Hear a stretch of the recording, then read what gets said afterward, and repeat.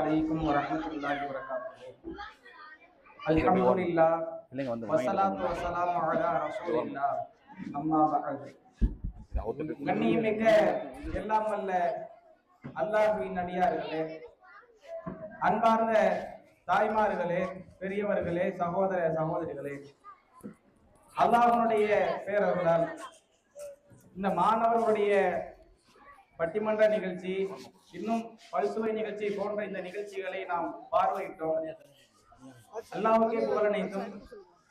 அல்லாஹ்வுடைய மார்க்கத்திற்காக தங்களால் முடிந்த அளவுக்கு உழைக்கக்கூடிய பிள்ளைகளாக இந்த பிள்ளைகள் இருக்கிறார்கள். இதே போன்று ஒவ்வொரு பிள்ளைகளும் இருப்பதற்கு நாம் முயற்சி எடுக்க வேண்டும், பெற்றோர் முயற்சி எடுக்க வேண்டும்.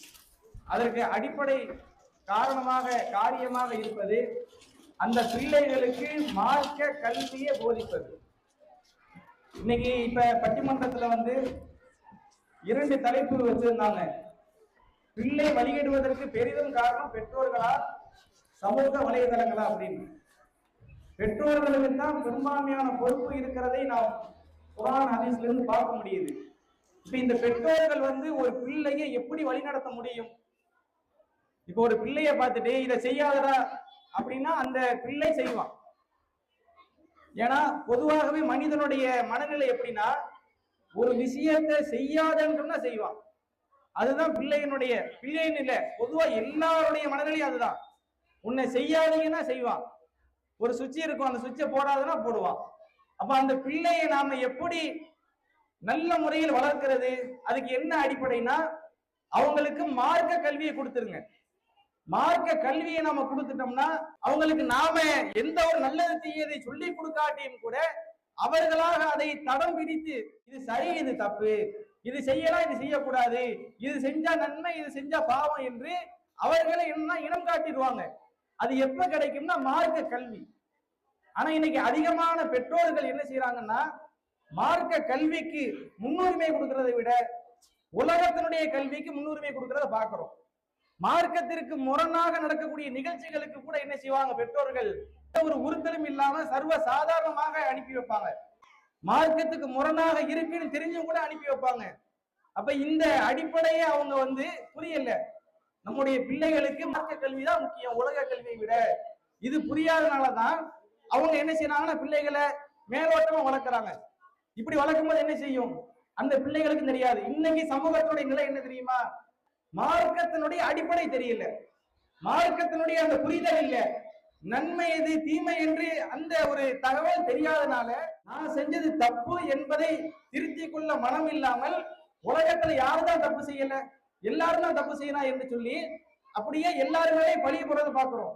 இன்னைக்கு சமூகம் அப்படிதான் போய் கொண்டு இருக்கு. இன்றைக்குள்ள பிள்ளைகள் நாளை வளர்ந்து பெரிய ஒரு நிலைக்கு வரும்போது அவங்களுடைய நிலை இப்படி இருக்கலாம்.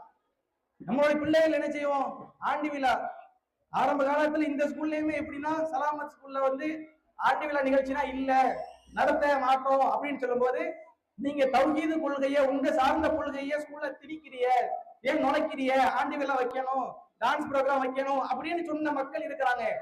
அதே மத்த ஸ்கூல்ல பொங்கல் பண்டிகை வைப்பாங்க, கிறிஸ்துமஸ் பண்டிகை வைப்பாங்க. அப்பப்ப என்ன செய்ய மாட்டாங்கன்னா, உங்க மதத்தினுடைய பண்டிகையை நீங்க ஏன் உள்ள சொல்லுவீங்க கேட்க மாட்டாங்க. மார்க்கத்துக்கு எதிராக ஒண்ணு நடக்கும் போது அதை அங்கீகரிக்கிறதும், மார்க்கத்துக்கு ஆதரவா நடக்கும் போது அதை எதிர்க்கிறதையும் பார்க்கிறோம். அப்ப நாம என்ன செய்யணும்னா, நம்முடைய பிள்ளைகளை மார்க்கத்தின் அடிப்படையில வளர்க்கணும். அப்படி இல்லைன்னா இன்னும் மோசமா நாளைக்கு எந்த அளவுக்கு போகும்னா, நம்மையவே நம்ம பிள்ளைகள் கைவிட்டுருவாங்க, பெற்றோர்களே கைவிட்டுருவாங்க. பெற்றோர் பேச்சை மதிக்க மாட்டாங்க, பெற்றோர் சொல்றதை கேட்க மாட்டாங்க.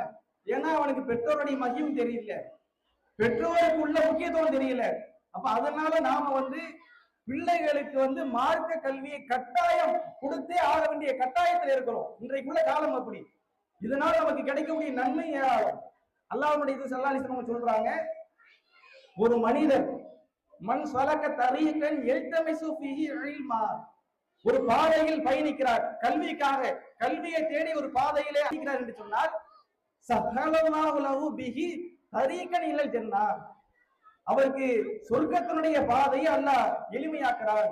அப்ப கல்வியினுடைய பாதை என்பது சொர்க்கத்துக்குரிய பாதை. மார்க்க கல்வி, நல்ல கல்வியினுடைய அந்த பாதை என்பது சொர்க்கத்துக்கு கூட்டு போறது. இந்த கல்வி இருந்தாதான் அவங்க தன்னுடைய வாழ்க்கையை சீர்படுத்திக் கொள்ள முடியும், தீமையிலிருந்து விலக முடியும். அதனால பெற்றோர்கள் இந்த விஷயத்துல சின்ன வயசுல இருந்தே மதரசாக்கு அனுப்புறது, பள்ளிக்கூடத்துக்கு அனுப்புவதை போன்று மதரசாக்கு அனுப்புறது முக்கியத்துவம். அதே போல பள்ளியில தொழுகிறதுக்கு சின்ன பிள்ளைதானே இப்ப எதுக்கு தொழுகணும் அப்படிலாம் இல்லாம அனுப்பி வைக்கணும், பள்ளியோட ஒரு தொடர்பு. இப்படி நாம அவங்களுக்கு மார்க்க கல்வியை கொடுக்கும் போதுதான் அவர்கள் நல்ல முறையில் சீர் பெற்று வளருவார்கள். நாம் ஒரு விஷயத்தை தீமை என்று சொல்வதற்கு முன்பாக நமக்கே அவர்கள் சொல்வார்கள். அப்படி இல்லை என்று சொன்னால் அவர்கள் வழிமாறி வழி தவறி இறுதியில் இணை வைப்பு கொள்கைக்கு நம்மையும் சேர்த்து கொண்டு போகக்கூடிய ஒரு நிலைக்கு ஆளாகிவிடுவார்கள் என்பதை நாம் உணர்ந்து நம்முடைய பிள்ளைகளுக்கு மார்க்க கல்வியை போதிப்பதற்கு அதிகம் முக்கியத்துவம் கொடுக்க வேண்டும்.